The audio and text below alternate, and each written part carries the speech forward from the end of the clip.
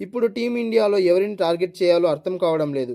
మార్చి 5వ తేదీ ముంబైలోని వాంఖడే స్టేడియం వేదికగా జరుగుతున్న ఐసీసీ టీ20 వరల్డ్ కప్ రెండవ సెమీఫైనల్ మ్యాచ్కి అందరూ ఎంతగానో ఎదురుచూస్తున్నారు. ఈ మ్యాచ్లో డిఫెండింగ్ ఛాంపియన్ ఇండియా, ఇంగ్లాండ్ ఆడబోతున్నారు. సూపర్ 8లో వెస్టిండీస్పై సంజు శాంసన్ అద్భుతమైన ఇన్నింగ్స్తో టీమిండియా సెమీఫైనల్లోకి ఎంట్రీ ఇచ్చింది. పాకిస్తాన్పై కెప్టెన్ హరీ బ్రూక్ సాధించిన సెంచరీతో ఇంగ్లాండ్ పూర్తి ఆత్మవిశ్వాసంతో బరిలోకి దిగుతున్నారు. సో ఈ మ్యాచ్కి ముందు ఇంగ్లాండ్ కెప్టెన్ హ్యారీ బ్రూక్ మీడియాతో కొన్ని ఆసక్తికరమైన విషయాల గురించి మాట్లాడాడు. భారత జట్టు సాధారణంగానే చాలా ప్రమాదకరమైనది. ఇక సొంత గడ్డపై వారిని ఎదుర్కోవడం ఎంత కష్టమో ప్రత్యేకంగా చెప్పాల్సిన పని లేదు. భారత జట్టులో ఉన్న అతిపెద్ద బలం ప్రతి ఒక్కరూ మ్యాచ్ విన్నర్సే.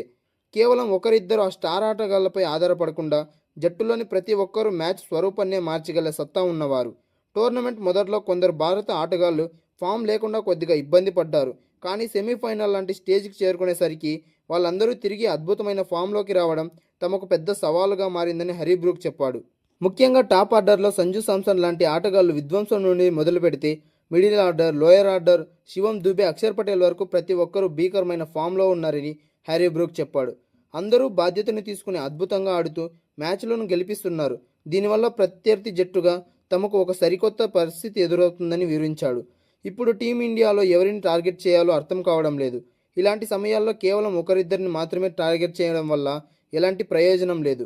జట్టు మొత్తాన్ని కట్టడి చేసే ఒక విధంగా ఒక ప్రత్యేకమైన ప్లానింగ్ చేశాం. ఈ అన్ని సవాళ్లను అధిగమించేందుకు ఇంగ్లాండ్ జట్టు పూర్తిగా రెడీగా ఉంది. ఇక టీమిండియాని ఓడించేందుకు సెమీఫైనల్లో ఇప్పటికే పక్క ప్లాన్తో సిద్ధం చేశాం. ఇక ఫైనల్కి చేరడమే మా ఏకైక లక్ష్యం. మొత్తానికి 5వ తేదీ జరగబోయే ఇండియా వర్సెస్ ఇంగ్లాండ్ మ్యాచ్ ఎవరు గెలవాలని కోరుకుంటున్నారో కింద కామెంట్ చేయండి.